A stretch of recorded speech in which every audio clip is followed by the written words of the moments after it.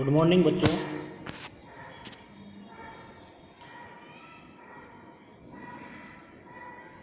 भारतीय भौतिक स्थिति में हमने हिमालय के बारे में पढ़ा है, उत्तरी मैदान के बारे में पढ़ा है, प्रायद्वीपीय पठारों के बारे में पढ़ा है। आज हम तटीय मैदानों के बारे में अध्ययन करेंगे। प्रायद्वीपीय पठार के किनारों संकीर्ण तटीय पट्टियों का विस्तार है। ये पश्चिम में अरब सागर से लेकर पूर्व में बंगाल की खाड़ी तक फैली हुई है। पश्चिमी तट,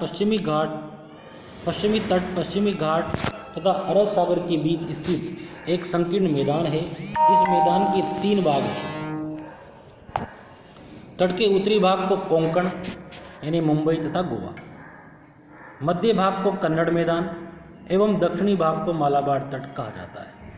अर्थात जो बंगाल की खाड़ी का जो फैला हुआ जो मैदान है, संकीर्ण मैदान है, जो पश्चिमी तट, पश्चिमी घाट और अरब सागर के बीच में स्थित है, इसको 3 मैदानी भागों में बांटा गया है।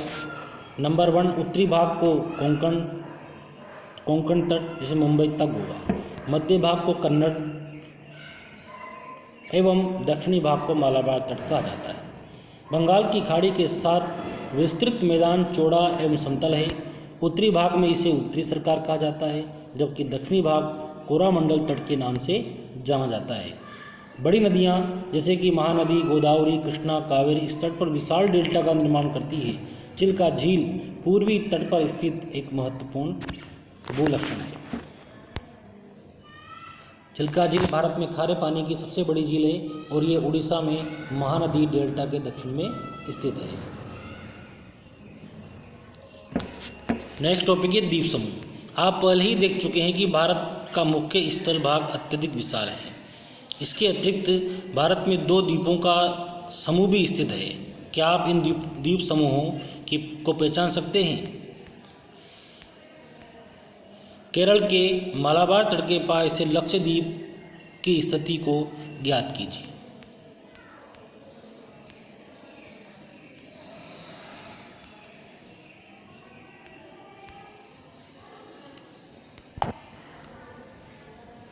द्वीपों का यह समूह छोटे प्रवाल द्वीपों से बना है। पहले इनको लकाद्वीप, मिनिकॉय तथा एमिन द्वीप के नाम से जाना जाता था। 1973 में इनका नाम लक्षद्वीप रखा गया। ये 32 वर्ग किलोमीटर के छोटे से क्षेत्र में फैला है। क्वारती द्वीप लक्षद्वीप का प्रशासनिक मुख्यालय है। इस द्वीप समूह पर पादप तथा जंतु के बहुत से प्रकार पाए जाते हैं। पिटली द्वीप जहाँ मनुष्य का निवास नहीं है, वहाँ एक पक्षी अभ्यारण्य है। अब बंगाल की खाड़ी में उत्तर से दक्षिण की तरफ फैले द्वीपों की श्रृंखला की ओर ध्यान दीजिए। ये अंडमान एवं निकोबार द्वीप समूह है। ये द्वीप समूह आकार में बड़े संख्या में है, बहुल तब बिखरे हुए हैं। ये द्वीप समूह मुख्यतः 2 भागों में बांटा गया है, उत्तर में अंडमान, दक्षिण में निकोबार। ये माना जाता है कि ये द्वीप समूह निमज्जित पर्वत श्रेणियों के शिखर हैं। ये द्वीप समूह देश की सुरक्षा के लिए बहुत महत्वपूर्ण है। इन द्वीप समूह में पाए जाने वाले पादपों एवं जंतुओं में बहुत अधिक विविधता है। ये द्वीप विषुवत के समीप स्थित है एवं यहाँ की जलवायु विषुवतीय है तथा घने जंगलों से आच्छादित ढकी हुई है। भारत का एकमात्र सक्रिय ज्वालामुखी अंडमान निकोबार द्वीप समूह के बेरन द्वीप पर स्थित है। विभिन्न भू आकृतियों विभागों का विस्तृत विवरण प्रत्येक विभाग की विशेषताएं स्पष्ट करता है, परंतु यह स्पष्ट है कि ये विभाग एक दूसरे के पूरक हैं और वे देश को प्राकृतिक संसाधनों में समृद्ध बनाते हैं। उत्तरी पर्वत जल एवं वनों के प्रमुख स्रोत हैं।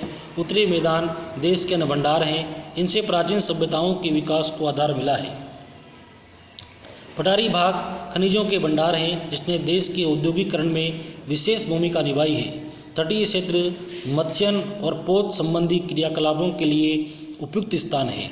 इस प्रकार देश की विविध भौतिक आकृतियाँ भविष्य में विकास की अनेक संभावनाएं प्रदान करती है। अभ्यास के प्रश्न है।